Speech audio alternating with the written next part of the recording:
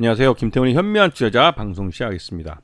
오늘은 3일 제약에 대해서 말씀드리겠는데요. 이 3일 제약은 우리나라 제약업종 중에서도 굉장히 이른 시기에 사업을 시작한 회사에 속합니다. 굉장히 업력이 된 회사죠.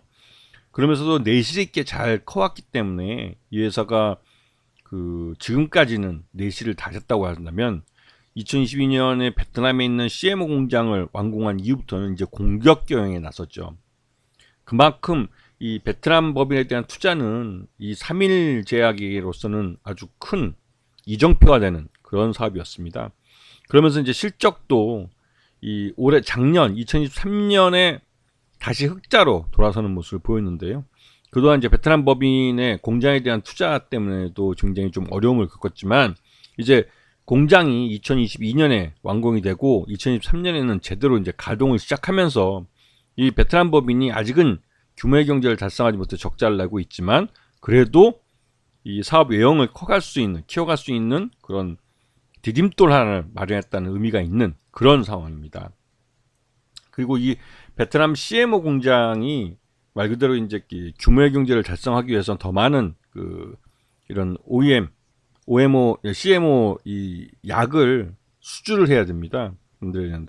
이 수주하는 작업들을 이제 작년하고 올해하고 펼치게 되는 거죠.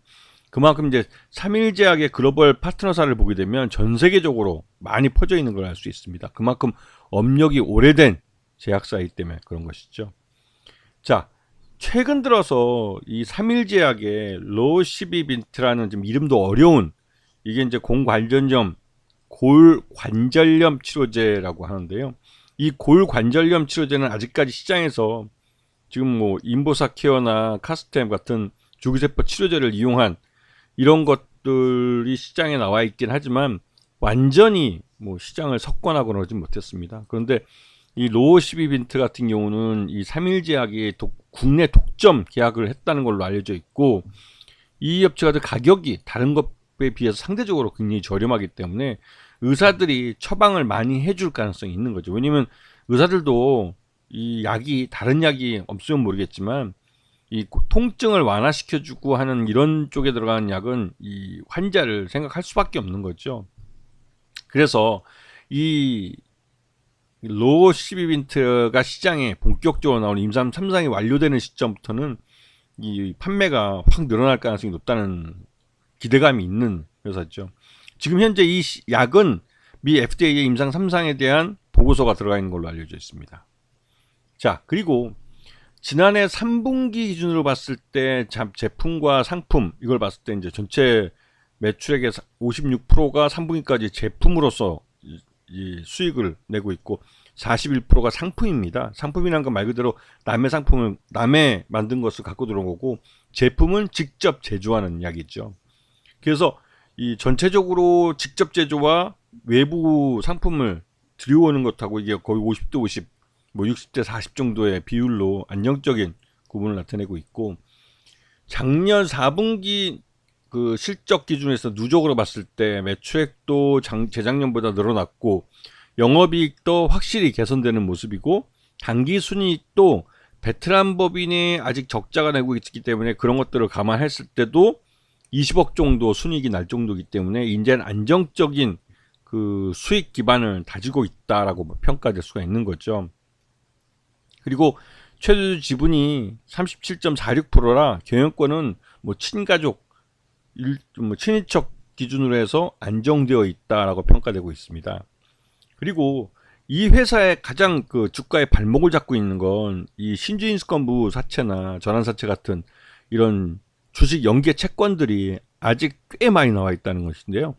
작년 연말에 지금 7,071원의 신주인수권부 사채의 가격 조정이 이루어지면서 428만 주가 지금 대기를 하고 있는 겁니다.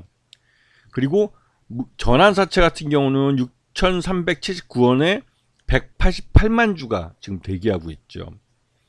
그리고 이거는 지금 최근 들어서 수성자산운용이 이런 신주인수권부 사채나 뭐 교환사채나 이런 것들을 갖고 있으면서 이걸 이제 계속 행사해서 지금 주식을 신규로 가진 것들을 이제 주식에 바로바로 팔고 있습니다. 그러다 보니 보유 지분이 8.21%에서 6.44% 줄어들었는데요. 이게 이제 5% 미만으로 떨어지면 이제 공시할 의무도 없이 팔 수 있기 때문에 거의 대부분 수성 자산 운용은 매각할 가능성이 크다는 거죠. 그렇기 때문에 지금 최근에 3일 그 제약의 주가가 급등은 그 전환 가격을 최대한 또 행사가를 최대한 낮춰주면서 또한 낮춰진 이 가격에서 이제 바로 주식으로 이제 전환될 수 있는 그런 여건이 형성이 된 거죠. 이게 이제 올해 들어와서 주가가 꾸준히 올라간 것은 이 베트남 법인에 대한 CMO 공장이 가동을 시작하면서 매출 외형도 그렇고 수익성도 늘려갈 수 있는 그런 여건이 만들어졌기 때문에 그렇습니다. 2022년에 이 베트남 CMO 공장이 완공이 됐기 때문에 삼일제약은 추가적으로 더 크게 개발비가 그러니까 이런 시설 투자비가 들어갈 게 없는 거죠. 이제 그런 부분에서 이제 얼마큼 많은 그 이 약을 CMO를 잡아올지 수주를 해올지 또 그 수주해 오신 것 같고 제대로 약을 생산을 해서 넘겨줄지 이게 이제 이슈가 되고 있는 거죠. 그쪽에서 베트남 공장에서 꽤 그 큰 매출 성장이 늘어난다면 삼일제약은 매출 외형뿐만 아니라 순이익도 더 늘려갈 수 있는 그런 여건을 만든 상황입니다. 하지만 앞에 잠깐 설명드렸지만 전환사채와 교환사채의 대기 물량이 꽤 크게 있다는 거. 이게 이제 7,500원 행사가격 이상으로 올라갔을 때는 일단 주의해야겠죠.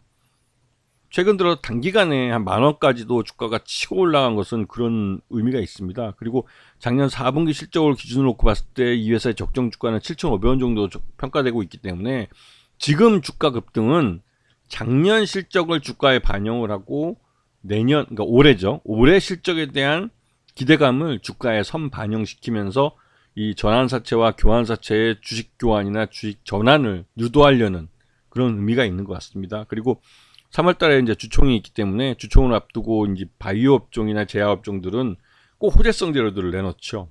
이게 주총 때문에도 더 그런 것인데요. 그런 것 때문에도 이 삼일제약이 지금 주가 급등은 전환사채나 교환사채의 주식 전환을 유도하기 위한 의미가 있고 주총에 대한 기대감이 있기 때문에 그런 겁니다. 그리고 이러한 물량이 행사가 돼서 시장에 나오게 되면 주가는 일정 부분 흘러내릴 수밖에 없는 거죠.